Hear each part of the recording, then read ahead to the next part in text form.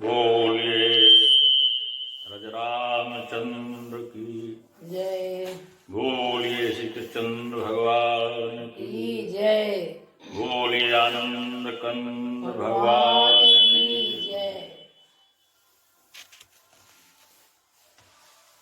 देखिए, आज अयोध्या में भगवान राम की प्राण प्रतिष्ठा की तैयारी चल रही है। कल प्राण प्रतिष्ठा होनी है। जगह जगह राम भक्तों की भीड़ और सैलाव के कारण हम लोगों का समय 12 बजे निश्चित था, लेकिन 12:30 बज गया है। जो विराम का समय है वो बज गया है। लेकिन हम लोग अपनी निष्ठा भगवान के प्रति रखते हैं, इसलिए हर इच्छा उनकी ही इच्छा थी। इसलिए ठीक 12:30 बजे हम लोग अपने सत्संग में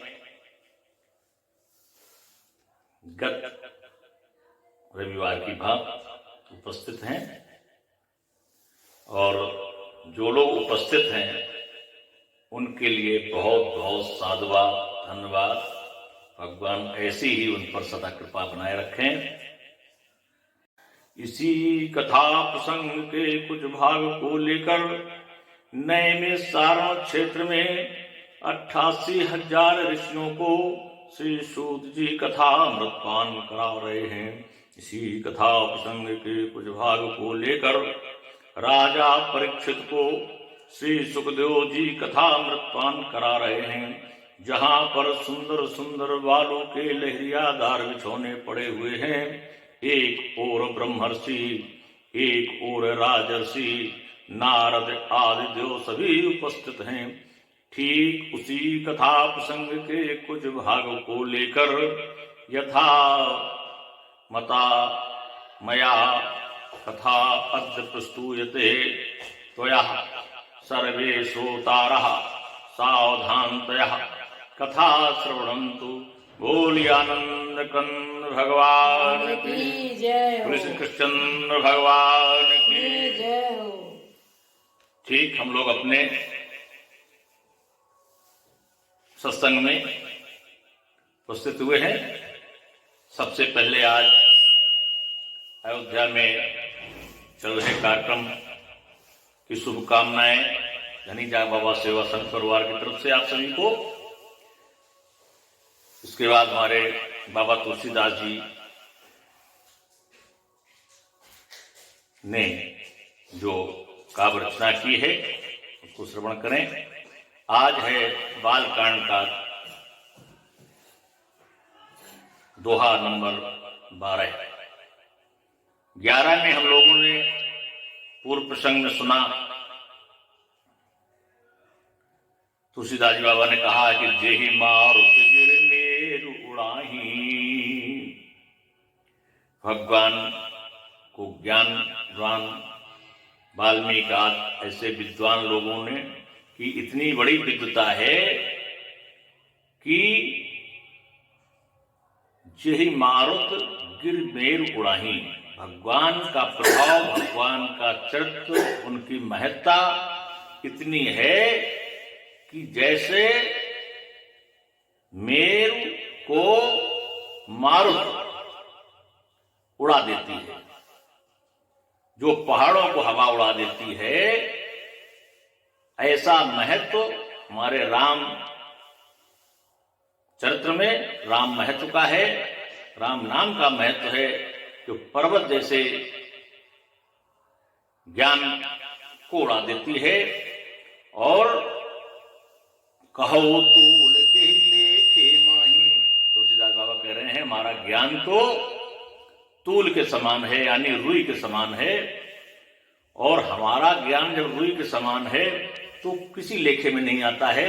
पर्वत जैसे ज्ञानवान भगवान शंकर जैसे महान भगवान राम के गुणानुवादों में लीन हो गए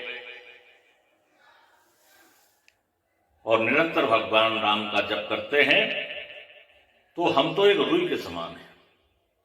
वो पहाड़ के समान है, हम रुई के समान है, हमारा कोई लेखे में ज्ञान नहीं है। फिर भी चूंकि प्रभु का आधार है, प्रभु का नाम है, तो अपनी सामर्थ्य के अनुसार, अपने गुणों के अनुसार, अवगुणों के अनुसार मैं भगवान के समर्पित किया हूं, मैं लिखा हूं। ये चरित्र हमारा हमने दोहा नंबर 11 में सुना। आप दोहा नंबर 12 है, जिसमें सारद शेष महेश विधि आगम निगम पुराण। शारदा भी भगवान राम का गुणान बात करती है। शेष हमारे शेषावतार लक्ष्मण वो भी गुणान बात करते हैं। महेश हमारे भगवान शंकर भी गुणान बात करते हैं। विधि ब्रह्मा जी गुणान बात करते हैं। आगम हमारे शास्त्र, वेद, निगम वेद, आगम शास्त्र, पुराण, पुराण 进入蓝牙，等待连接。 जिन भगवान का गुणानवाद करते हैं, और क्या कह के करते हैं, नेति नेति कही जा सुगुन। नेति नेत कहते हैं हमें सामर्थ्य नहीं है भगवान राम के गुणानवाद करने की, उनके महत्व को बताने के लिए हमारी सामर्थ्य नहीं है। ये कहते कहते गुण करहि निरंतर गान, भगवान राम के गुणों की गान करते हैं। तो उन्हीं में सब जानत प्रभु प्रभुता सोई, सब ये जानते हैं भगवान की प्रभुता क्या है।